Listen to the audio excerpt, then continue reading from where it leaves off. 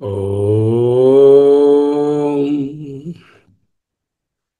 ఓం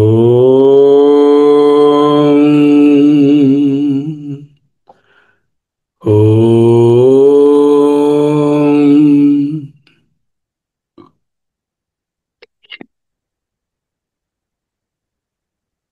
స్థిర సుఖమాసనం.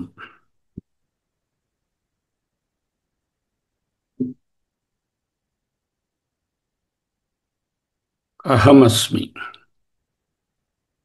అహమస్మి. అహమస్మి.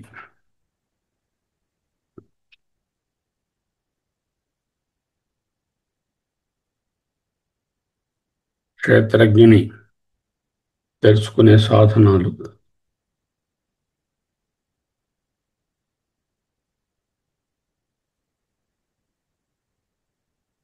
అమానిత్వం, అదంభిత్వం, అహింసా, క్షాంతిరార్జవం, ఆచార్యోపాసనం, శౌచం, స్థైర్యమాత్మవినిగ్రహः. ఇంద్రియార్థేషు వైరాగ్యం, అనహంకార ఏవ చ. జన్మ మృత్యుజరా వ్యాధి దుఃఖదోషానుదర్శనం.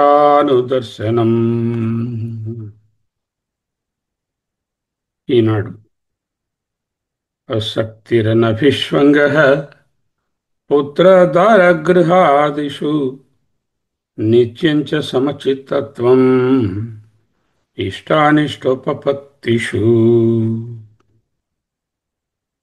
అసక్తిరనభిష్వంగః పుత్రదారగృహాదిషు నిత్యం చ సమచిత్తత్వం ఇష్టానిష్టోపపత్తిషు. అసక్తి పుత్రదారగృహ ఆదిషు. అనభిష్వంగః ఇష్ట అనిష్ట ఉపపత్తిషు నిత్యం సమచిత్తత్వం చ. పుత్రదారగృహాదిషు అసక్తి అనభిష్వంగః. అసక్తి శక్తి సంగనిమిత్తేషు విషయేషు ప్రీతిమాత్రం తదభావః అసక్తి. సంగము మనసు తగులుకొనుట. మనసు తగులుకోవడానికి కారణమయ్యే ఇంద్రియ భోగముల యందు ఉండే ఆసక్తి, మనసు అతుక్కొని పోవుట శక్తి, అదే ఆసక్తి. అది లేకుండా ఉండడమే అనాసక్తి. అంటే ఇంద్రియ భోగముల యందు మనసు తగులుకొని ఉండకపోవడమే అసక్తి. అశక్తి కాదు, కత్తిరిసా రాయకూడదు. ఇప్పుడు శక్తి లేదని వస్తుంది. అసక్తి మా శక్తి. దేని యందు అనాసక్తి?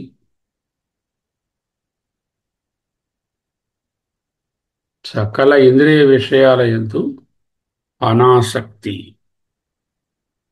అసక్తిరనభిష్వంగః పుత్రదారగృహాదిషు. అసక్తి అంటే మనోనిగ్రహం. బాహ్య వస్తువులకు, వ్యక్తులకు, పరిస్థితులకు బానిస కాకుండా ఉండగలగడం. ఇంతకు ముందు చూసాం, ఇంద్రియార్థేషు వైరాగ్యం అన్నారు. అది ఇంద్రియ నిగ్రహాన్ని సూచిస్తే, అసక్త అనేటటువంటిది మనో నిగ్రహాన్ని సూచిస్తుంది. ఇంద్రియార్థేషు వైరాగ్యం అనేటటువంటిది దమం అవుతే, ఇది శమం అవుతుంది. ఈ రెండిటి గురించి ఎందుకు చెప్పారు? ఇంద్రియ నిగ్రహంతో పోలిస్తే మనో నిగ్రహం ఇంకా కష్టం. అయితే ఇంద్రియ నిగ్రహం లేని మనో నిగ్రహం ఉంటుందా? మనో నిగ్రహం లేని ఇంద్రియ నిగ్రహం వీలు పడుతుందా? పడదు. ఈ రెండు ఒకదానితో ఒకటి కలిసే ఉంటాయి. ఇంద్రియ నిగ్రహం కష్టమే, కానీ కొంత మేరకు విషయములను ఇంద్రియముల నుంచి దూరంగా పెట్టవచ్చు. కానీ మనసు మట్టుకు వాటి వైపు పరిగెడుతూనే ఉంటుంది. ఇంద్రియాలు బాహ్యంగా వెళతాయి, స్థూల పరికరాలు. మనస్సు అంతర్ముఖంగా ఉంటుంది, లోపల ఉంటుంది, సూక్ష్మమైనటువంటిది. ఏ వస్తువు అయితే మనలను అతిగా ఆకర్షిస్తుందో ఆ వస్తువు నుంచి దూరంగా పారిపోవడం ద్వారా ఇంద్రియ నిగ్రహం సాధించవచ్చు. కానీ ఎక్కడికి వెళ్ళినా మనస్సు మళ్ళీ ఆ విషయం పైకే పోతూ ఉంటుంది. అందుకే ఆసక్తి కర్మేంద్రియాణి సంయమ్య యం మాయాస్తే మనసా స్మరన్ ఇంద్రియార్థాన్ విమూఢాత్మా మిథ్యాచార స ఉచ్యతే. ఇంద్రియ నిగ్రహం మాత్రమే పాటిస్తూ మనస్సును మళ్ళా వదలకుండా వాటి పక్కకే పంపిస్తున్నటువంటి వాడిని దంభాచారి, మిథ్యాచారి అంటూ చెప్పారు.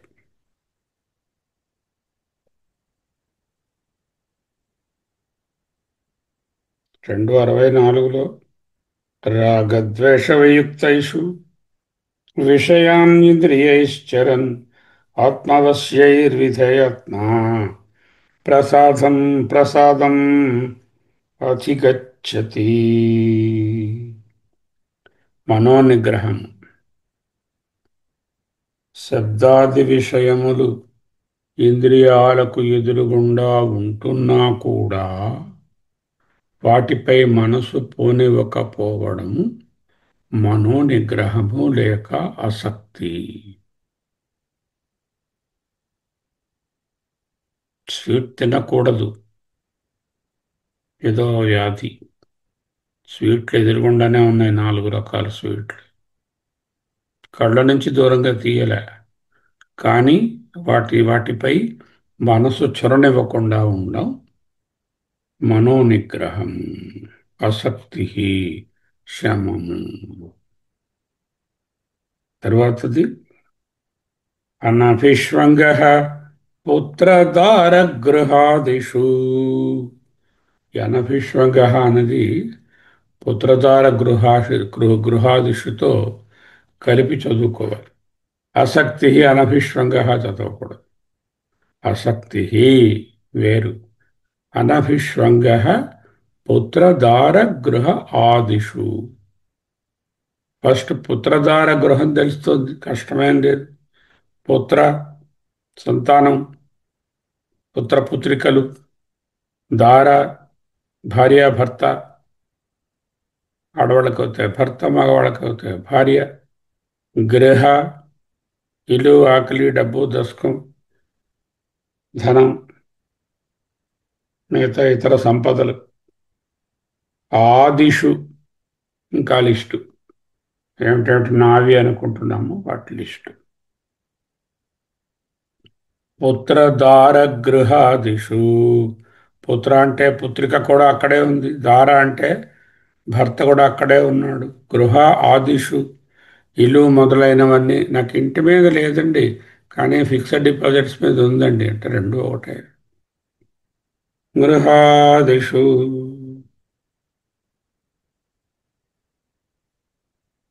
పుత్రపుత్రికల పైన, పిల్లల మీద మమకారం.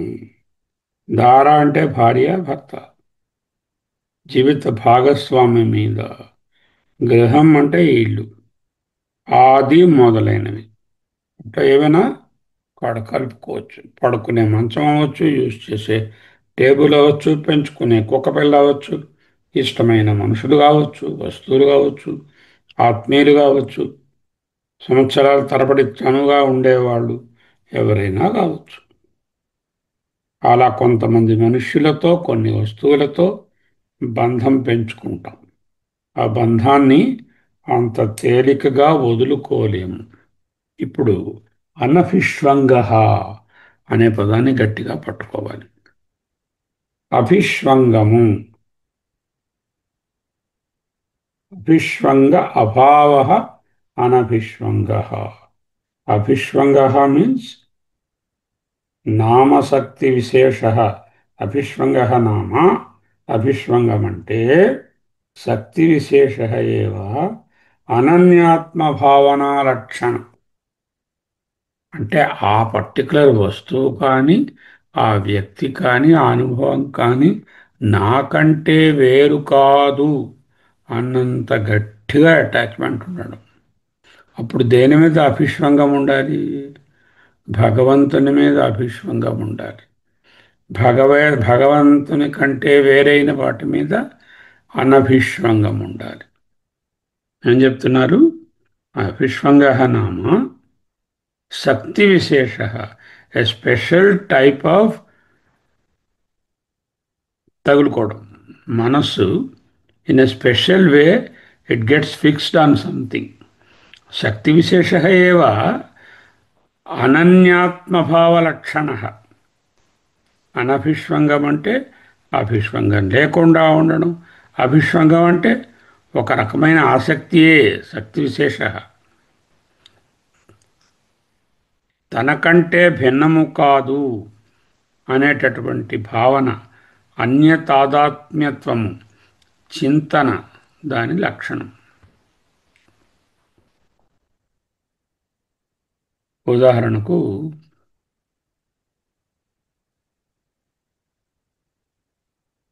ఒక వ్యక్తి సుఖంగా ఉన్నప్పుడు నేనే సుఖిని, నేనే దుఃఖిస్తున్నప్పుడు నేనే దుఃఖిని అనుకుంటారు. ఇతర వ్యక్తి జీవించి ఉంటేనే నేను జీవించి ఉండగలను, ఇతరి వ్యక్తి మరణిస్తే నేను మరణిస్తాను, ఆ వస్తువు లేకపోతే నేను చచ్చిపోతాను, ఆ అనుభవం లేకపోతే నేను ఉండలేను. In one way you can say an addiction.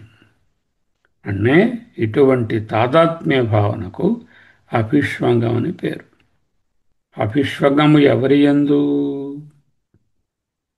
దేని ఎందేనా? చిన్న లిస్ట్ ఇచ్చారు. పుత్ర దార గృహ ఆదిషు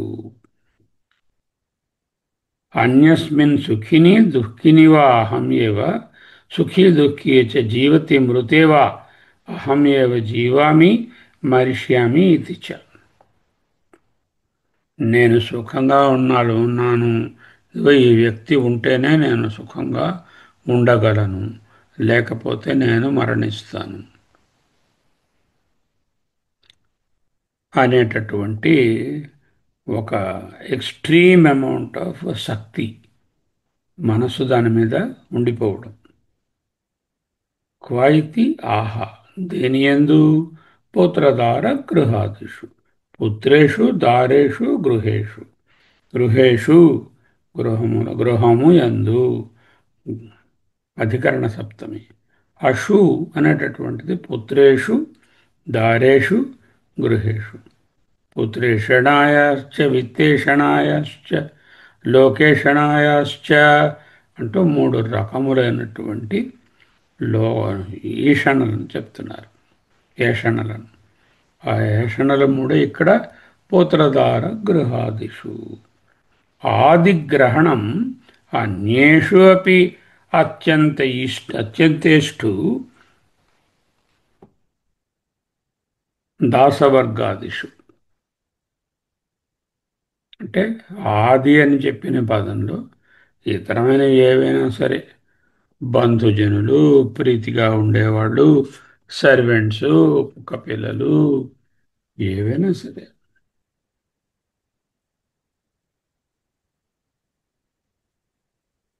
అశక్తిరనభిష్వంగ పుత్రదార గృహాదిషు.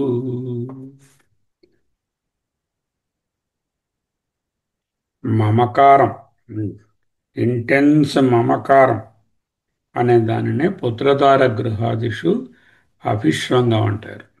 అనభిష్వంగ అంటే దేని యందు మమత్వ బుద్ధి, ఇది ఉంటేనే కానీ నేను ఉండలేను అనేటటువంటిది. ఎన్ ఇంటెన్స్ ఎడిక్షన్ లాంటిది. మన జీవితం ఒక రైలు ప్రయాణం లాంటిది.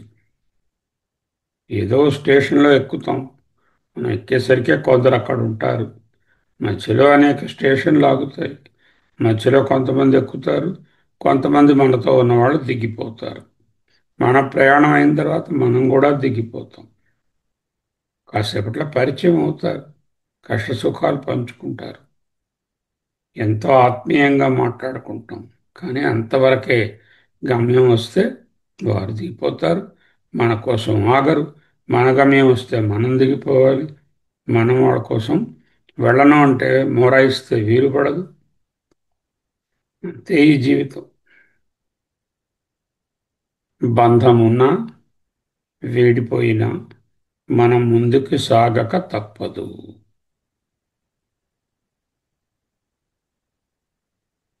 ఆ వ్యక్తి లేకపోతే జీవితం శూన్యం. ఇక నేను బ్రతకలేను, విషం తాగి చచ్చిపోతాను అని అనిపిస్తే తీవ్రమైన బంధం, తాదాత్మ్యం. దానినే అభిష్వంగము అంటున్నారు. ముఖ్యంగా పిల్లలు,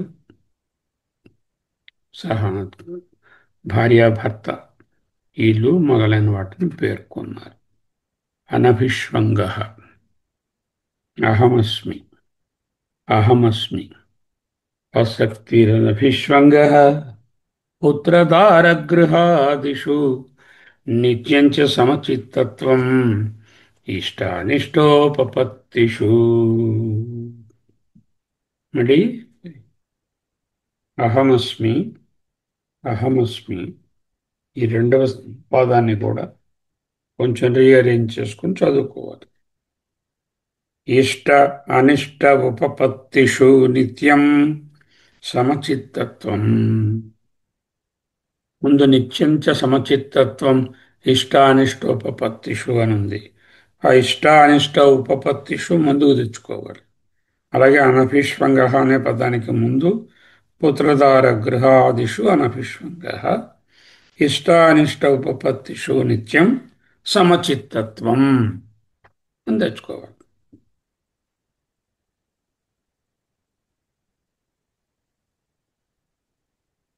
యోగస్థ కురు కర్మాణి సంగం త్యక్త్వా ధనంజయ సిద్ధ్యో సమభూత్వా సమత్వం యోగ ఉచ్యతే. రెండవ అధ్యాయం. నిత్యం చ సమచిత్తత్వం ఇష్టానిష్టోపపత్తిషు. నిత్యం ఎల్లప్పుడూ,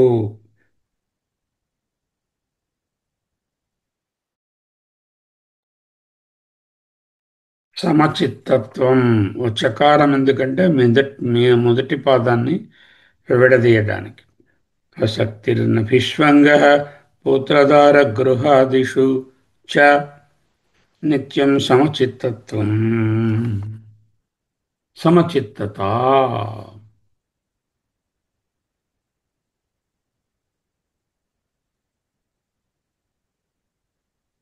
నిత్యము సమమైన చిత్తమును కలిగి ఉండుట. క్వా వేటియందు ఇష్ట అనిష్ట ఉపపత్తిషు. ఇష్టమైనటువంటి వాటియందు, అనిష్టములైన వాటియందు, అవి వచ్చిపడినటువంటి సందర్భాలందు, సర్వదా సకల సందర్భములయందు సమానమైన చిత్తమును కలిగి ఉండుట. అభీష్టము సిద్ధించినప్పుడు హర్షాతిరేకం, ఇష్టం కానిది వచ్చిపడినప్పుడు దుఃఖము కోపము లేకుండా ఉండడము. ఇష్టానాం అనిష్టానాం చ ఉపపత్తయః. ఉపపత్తిషు అంటే ఉపపత్తయః, సంప్రాప్తయః అంటే వచ్చి పడ్డాయో. ఉపపత్తిషు అంటే అవి సంప్రాప్తమైన తరుణంలో, తాసు వాటి యందు, ఇష్ట అనిష్ట ఉపపత్తిషు నిత్యం ఏవ తుల్యచిత్తత సమచిత్తత. ఇష్టానిష్టోపపత్తిషు, ఇష్టోపపత్తిషు న హృష్యతి న కుప్యతి చ అనిష్టోపపత్తిషు.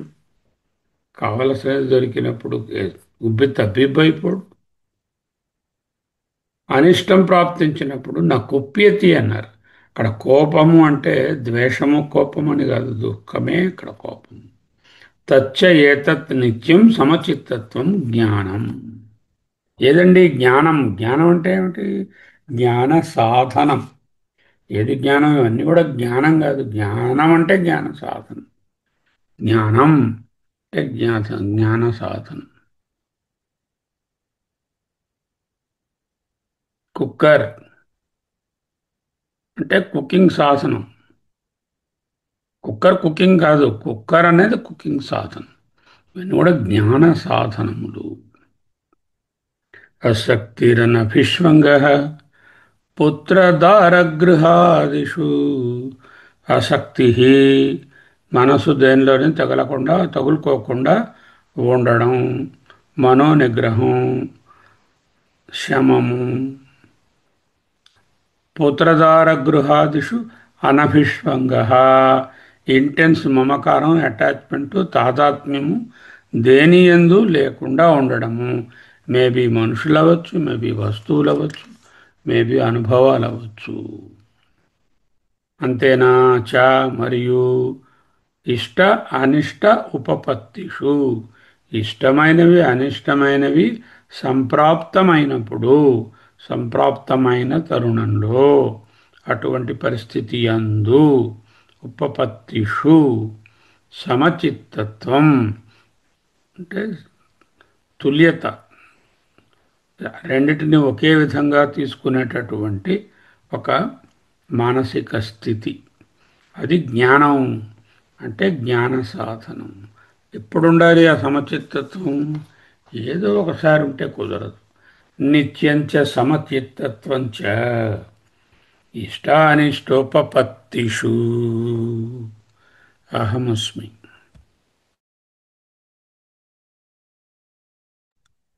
అహమస్మి. అహమస్మి. అహమస్మి.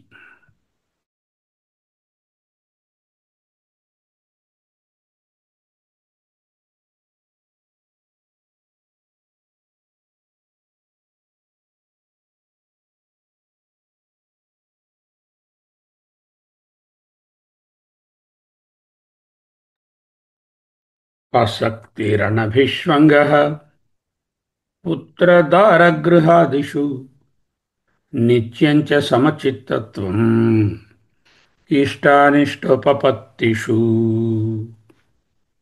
సమత్వం యోగ ఉచ్యతే. రెండవ అధ్యాయం. మళ్ళీ చెప్తున్నారు ఇక్కడ.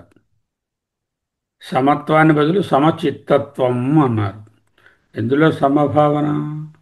ఇష్ట అంటే ఇష్టమైన పరిస్థితుల్లో, అనిష్ట మనకు ఇష్టం లేని పరిస్థితుల్లో కూడా, ఉపపత్తి అంటే అవి సంభవం అవడం, ప్రాప్తి వచ్చినప్పుడు, ఇష్టమైన పరిస్థితి వచ్చినా, ఇష్టం లేని పరిస్థితి వచ్చినా ఎలా ఉండాలి? సమచిత్తత్వం, సమభావనతో తీసుకో. పొంగిపోకు, కృంగిపోకు. ఇష్టమైనది జరిగినప్పుడు ఆకాశంలో ఎగిరిపోకు, ఆశించినది జరగనప్పుడు పాతాళంలోకి కృంగిపోకు. ఎందుకు? ఈవెన్ దిస్ విల్ పాస్ అవే.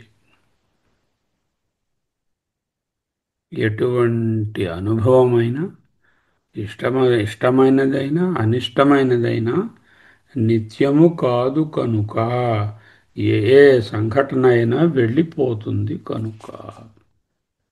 మనసు ఆకాశం అంచుల దాకా తీసుకెళ్లిన ఆనందకర సంఘటన అయినా, అగాధంలో లోతుల దాకా తీసుకుని పోయిన దుఃఖపూరిత సంఘటన అయినా కాలంలో సమసిపోతుంది. ఏది శాశ్వతంగా ఉండదు. క్లిష్ట పరిస్థితి వచ్చినప్పుడు ఒగ్గపట్టుకుంటే కొంచెం రోజులో, కొంచెం నెలలో తేలికగా దానికి అలవాటు పడిపోతాం. గతుకుల రోడ్డు వచ్చిందనుకోండి, ఫస్ట్ 500 మీటర్స్ కొంచెం అవస్థగా ఉంటుంది. తరువాత రాబోయే మంచి రోడ్డు కోసం ఎదురు చూస్తూ మిగతా గతుకుల రోడ్డును నెమ్మదిగా దాటేస్తాం. అలాగే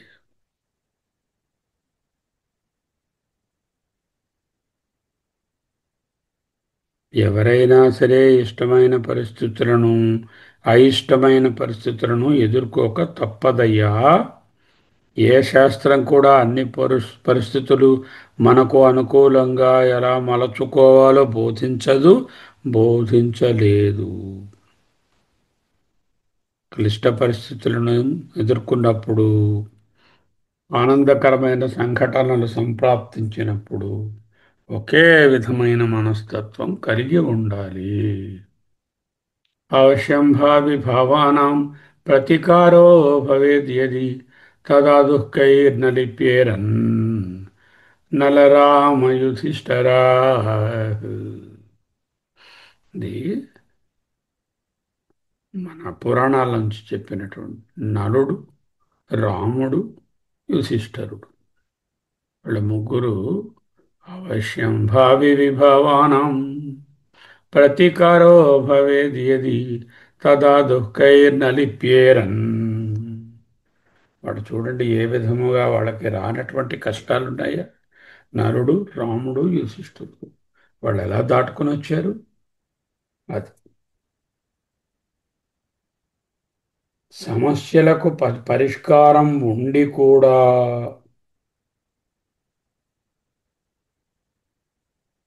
ఆ సమస్యలను ఎదుర్కొన్నారు. ద్వంద్వాలకు అతీతంగా ఎదగవయ్యా అంటున్నారు. వీటికి ఏమిటి కావాలి? నిష్కామ కర్మయోగము లేక జ్ఞానయోగము. కర్మయోగము ఈజ్ ఈక్వల్ టు ఈశ్వరార్పణ బుద్ధి, ఈశ్వర ప్రసాద బుద్ధి. కర్మయోగం ఫస్ట్ ఎయిడ్ లాంటిది, తాత్కాలికంగా ఉపశమనం ఇస్తుంది. శాశ్వతమైన శాంతి కావాలంటే పూర్తి ట్రీట్మెంట్ చేసుకోవాలి. అదే జ్ఞాన యోగం. మళ్ళీ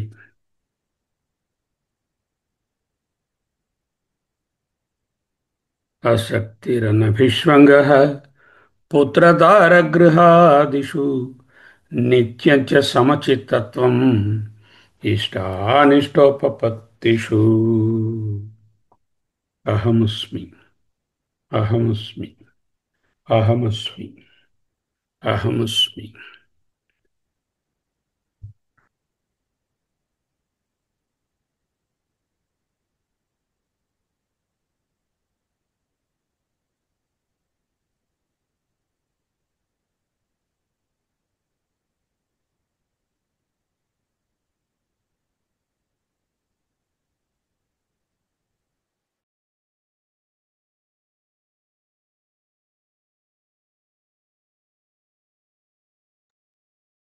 అహమస్మి, అహమస్మి, అహమస్మి, అహమస్మి.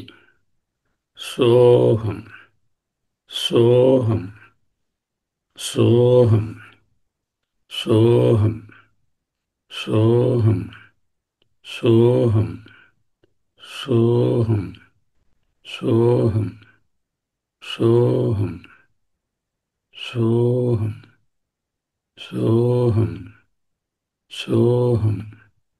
అహమస్మి, అహమస్మి, అహమస్మి, అహమస్మి, అహమస్మి, అహమస్మి, అహమస్మి, అహమస్మి, అహమస్మి, అహమస్మి, అహమస్మి.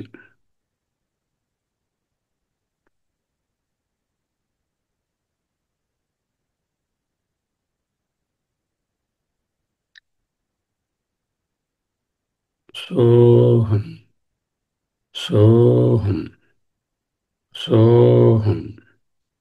ఓం, ఓం, ఓం, ఓం, ఓం, ఓం,